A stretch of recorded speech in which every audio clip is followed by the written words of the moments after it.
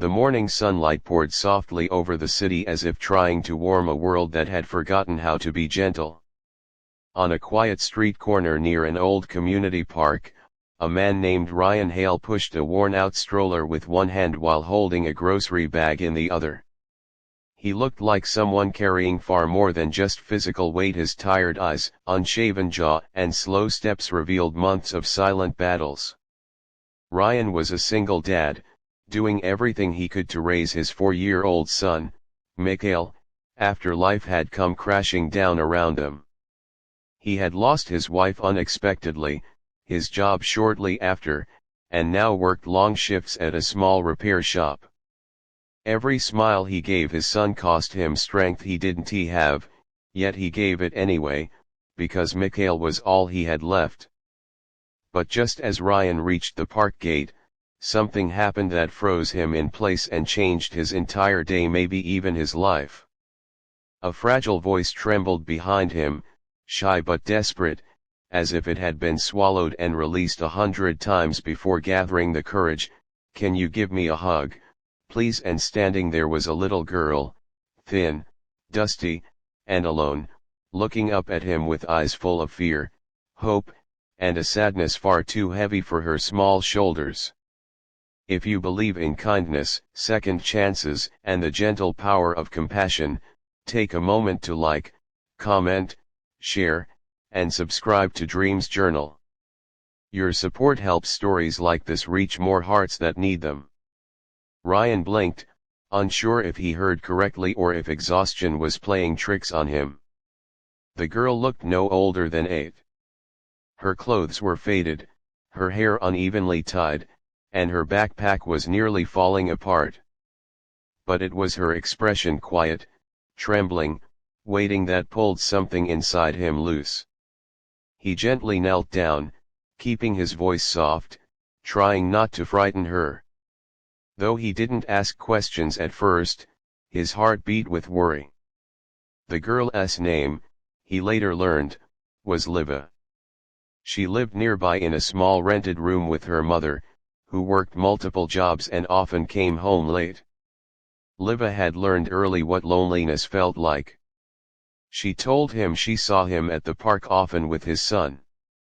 She saw the way he hugged Mikhail when he fell or reached out for comfort, and it made her wish she had someone who hugged her like that too. She spoke quietly, as though ashamed for needing something so simple. Ryan felt his heart break in a new way he hadn't expected. He knew loneliness. He knew what it felt like to crave warmth, to silently pray for someone to simply hold you together for a moment. He opened his arms very gently, giving her enough time to step back if she changed her mind, but instead, she rushed forward with a softness that made him breathe in sharply. She hugged him tightly, clinging to his jacket, and Ryan felt the small shudders of her trying to hold back tears. He didn't tighten the hug too quickly. He knew the kind of pain that made even gentle gestures feel overwhelming, but after a moment, he placed one careful hand on her back, just enough to let her know she wasn't invisible.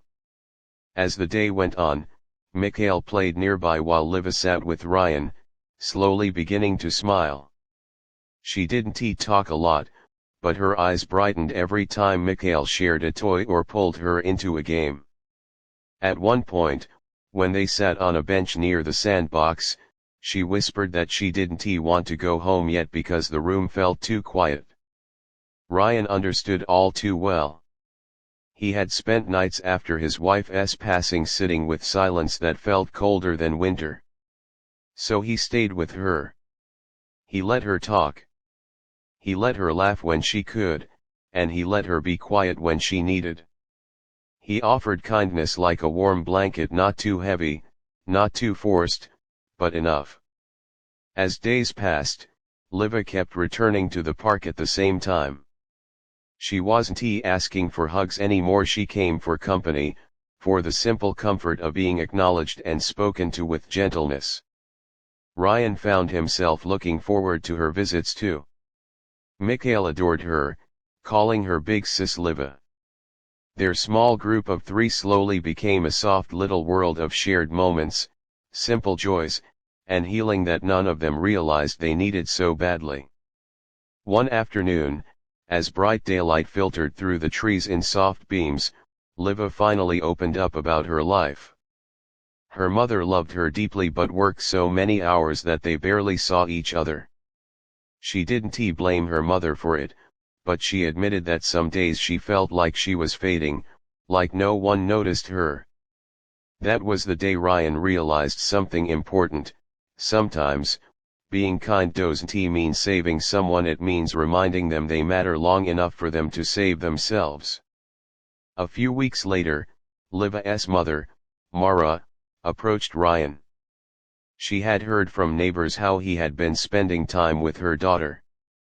Instead of being upset, she had tears in her eyes. She explained how hard she worked to keep them afloat and how helpless she often felt. She thanked him for giving her daughter something she couldn't offer regularly: time, presence, and a safe place to just be a child. Rayan assured her he expected nothing in return. He knew what it meant to struggle alone. And for the first time in months, he felt like his own heart had opened a new door too. Their small friendship grew into something that steadied all of them. The simple act of one child asking for a hug had created a connection none of them expected.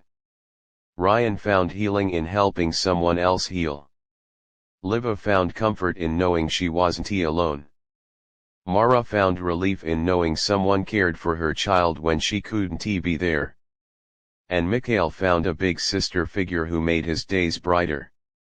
If this story touched your heart even a little, please like, share, comment, and subscribe to Dreams Journal so more people can experience these moments of hope and kindness. Before you go, please leave a special comment. Kindness changes lives.